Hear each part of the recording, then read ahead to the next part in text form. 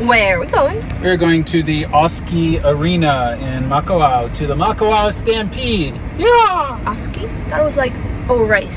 Oxy? Oxy? That was the word rice was in it. Oski Rice. Oski Rice. We're going to the Oski Rice Event Center in Makawao to go to the annual Makawao Stampede. And a very important piece of information. I'm the deputy. And I'm the sheriff. Yeah. Do not get that confused. And I made these earrings and these stars this morning because I was like, oh, day up, we need to have Any fancy. excuse for this one to dress up. I'm curious to see if anybody else is dressing They up. better be dressed up. If I'm the only one who looks like this, look at my boots. Then I'll Usually be... you can't dress like this in Hawaii. You can. You can. If you're country, I guess, yeah. People wear cowboy boots a lot here, actually. Sometimes. Sometimes. Not as much as in Texas. So we don't really know what to expect. I didn't really look at any. I looked at like 2 seconds of a YouTube video, and there's a rodeo, and yesterday there was what's called a bull bash, which I don't even know what that is. There are different events on different days, and we couldn't afford to do both because it'd be like $200 for both of us. Yeah. So we chose to only do this one. It's $40. Yesterday's was $50. And if there's one tomorrow too that's the same as today. Yeah. Unless they're all different, I have no idea. It's kind of weird. I think like today is like there's finals, and then tomorrow's like the actual like winners or something. And we're really hoping they're not hurting the bulls or the horses. I posted online and asked, and people were like, if you're even asking the question, then you're definitely going to think so, but it's fine. Like, these are the most well cared for animals in the world. It's just on this particular day, they might not be like necessarily happy about what they're doing, but they're not getting hurt. Because, again, I'm from Europe, and in Europe, well, in some parts of Europe, Spain, they kill bulls. Yeah. In a mean way. So I was like, I don't want to go to this if it's mean to any animals, but we'll see what happens. It'll be okay. And I want to pose with the horse, even though I'm kind of scared of horses. They're really big. Really big. See that? Aloha! Ooh, so there's been something on my eye the entire time. Yeah. You didn't tell me.